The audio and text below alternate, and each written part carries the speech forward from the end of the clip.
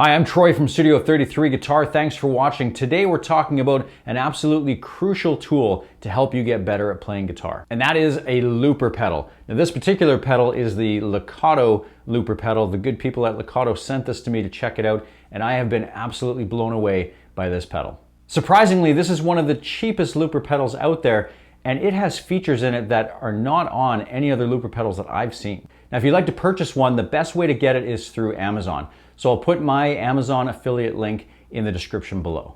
So let's jump in and have a look at this pedal. I'll explain how it works, and then I'll show you some of the features that this one has that other loopers don't, and why I think that you should get one of these. Let's do a quick unboxing of the pedal. This is the box that it came in. It's a nice box. The packaging is really nice. It kind of reminded me of kind of an Apple type product. Inside the box, right on top here, is a USB cable, and I'll explain what that's for a little later on. And then the pedal itself is right here wrapped in this bag. We'll open that up. It's a nice looking pedal, and you can tell that it's good quality just from feeling it. It's got some weight to it. It's made out of metal. It's got some nice rounded edges on it. It's just really well made and looks great. It has fairly basic controls. You just have the one button here on the front, and then you have a volume knob here. These two buttons, I'll explain a little bit later exactly what those do.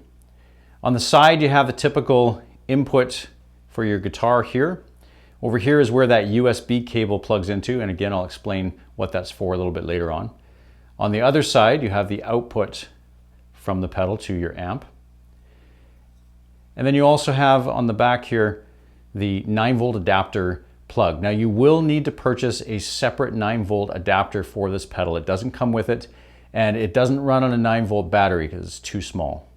So you'll either have to purchase a separate 9-volt adapter for this pedal or use one that you already have. It's pretty standard. Like I mentioned, I've been really impressed with this pedal, and I'm very surprised at the quality and the features that it has for the price. I have owned several different looper pedals over the years. Right now I currently have this Ditto pedal, which you may be familiar with. The Ditto pedal is basically the standard in looper pedals. And this Lekato pedal is half the price and has more features on it than this Ditto pedal.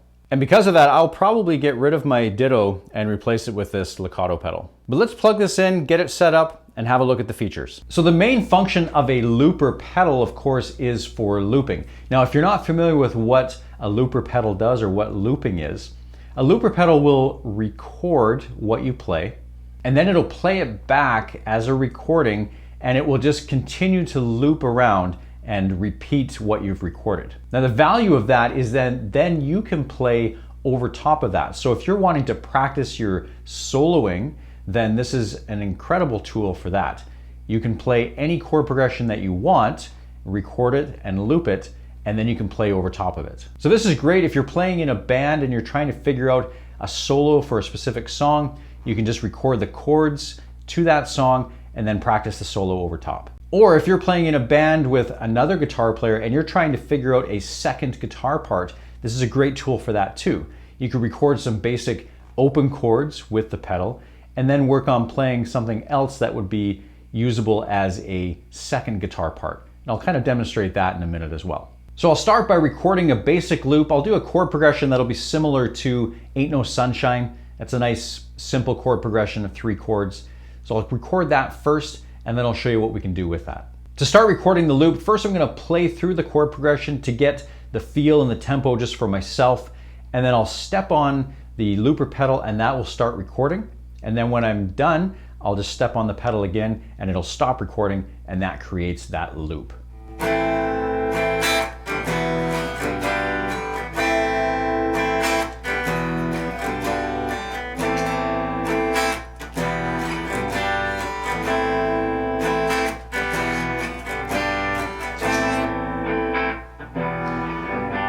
So now you can see and hear that the loop has been recorded and it's continuing to play. One of the great features of this looper pedal is these blue lights that are going around the pedal showing exactly where the start of the loop is.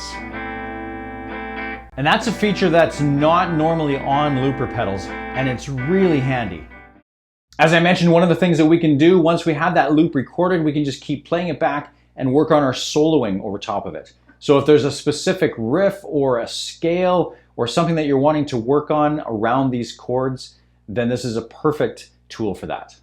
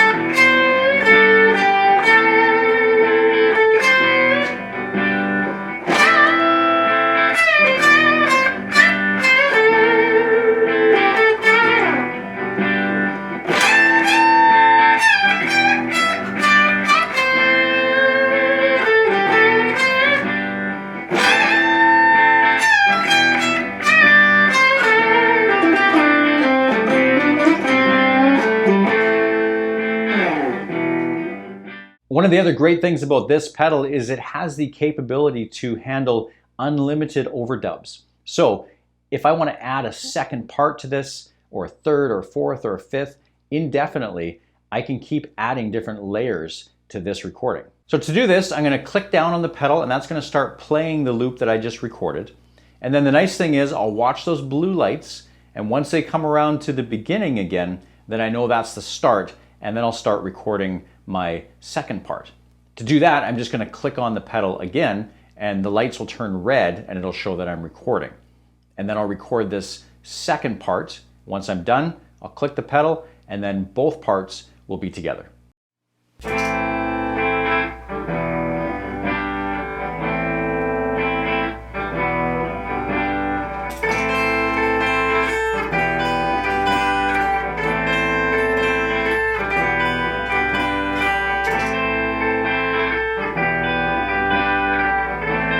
So now you can see that I've got two different layers to that loop going. So I have my original chords, and then I've created a second part to play over top of it. Now if I decide that that second part is not quite what I want, then I can delete it just by holding down the button.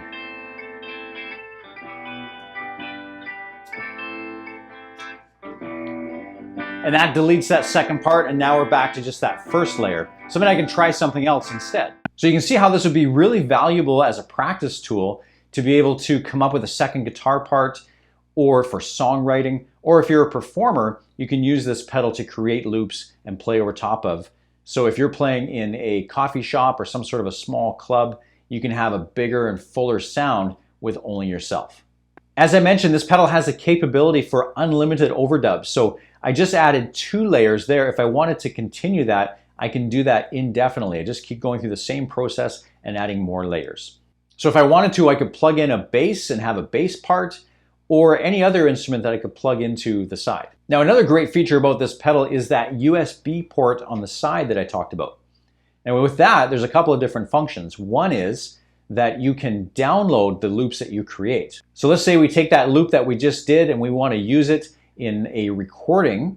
We can download it from the pedal right to our computer. And we can also do the reverse of that. We can download any WAV file from our computer into the pedal. So that can be really handy if you want to practice playing along with a certain song or a certain section of a song. You could record that in your computer, and then you can upload it into the pedal and then create a loop with it. And that can also be useful if you're a performer and you're wanting to have a certain part of a song played back.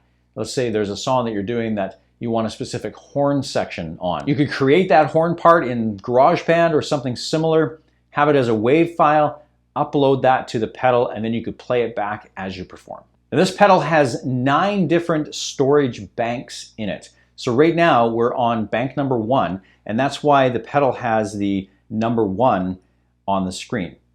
If we want to switch that to another track and make a whole new track without deleting what we have just recorded, then we can simply hit one of the buttons to go to the next bank.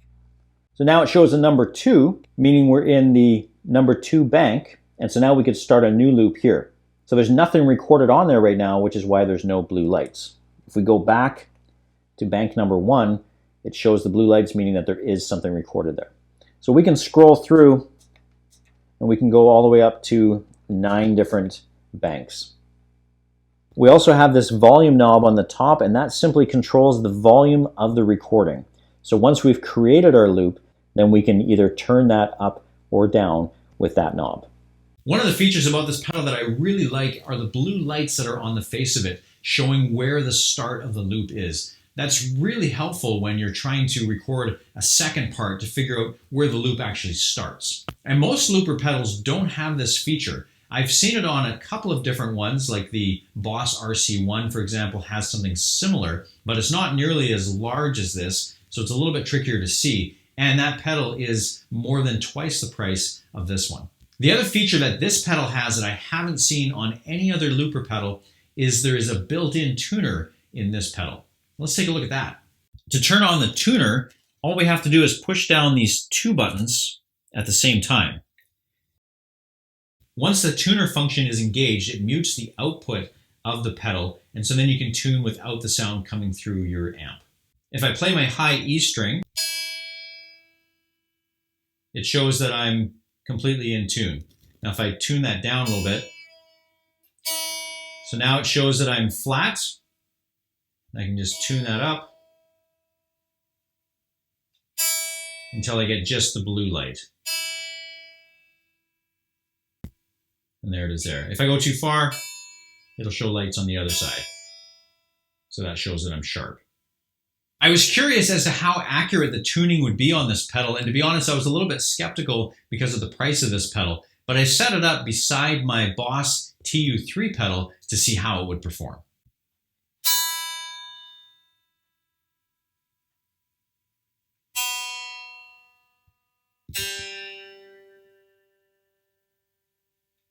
Now you can see that the readings on the 2 pedals are almost identical. And the Boss TU3 is basically the standard when it comes to tuner pedals. Most people have a TU3 on their pedal board. This Lekato pedal, as you can see by the demonstration, appears to be just as accurate as the TU3. And again, it's half the size and also half the price. So if you have a pedal board and you don't have a lot of room, you could replace your existing looper pedal and your tuner pedal and have them both in one small pedal. Like I mentioned, I've been really impressed with this pedal. It has a lot of features and functions that I didn't expect in a pedal for this price. I strongly believe that every guitar player could benefit from a looper pedal. And so if you're looking at getting one, I highly recommend the Lekato Looper. And again, the easiest and quickest place to get it is on Amazon. So I've put the link in the description below. Click on that, it'll take you straight to it. I hope you found this video useful. If there's another product that you'd like me to have a look at and review, then leave a comment down below. Also, make sure you hit the like button and subscribe to the channel. We'll see you on the next video.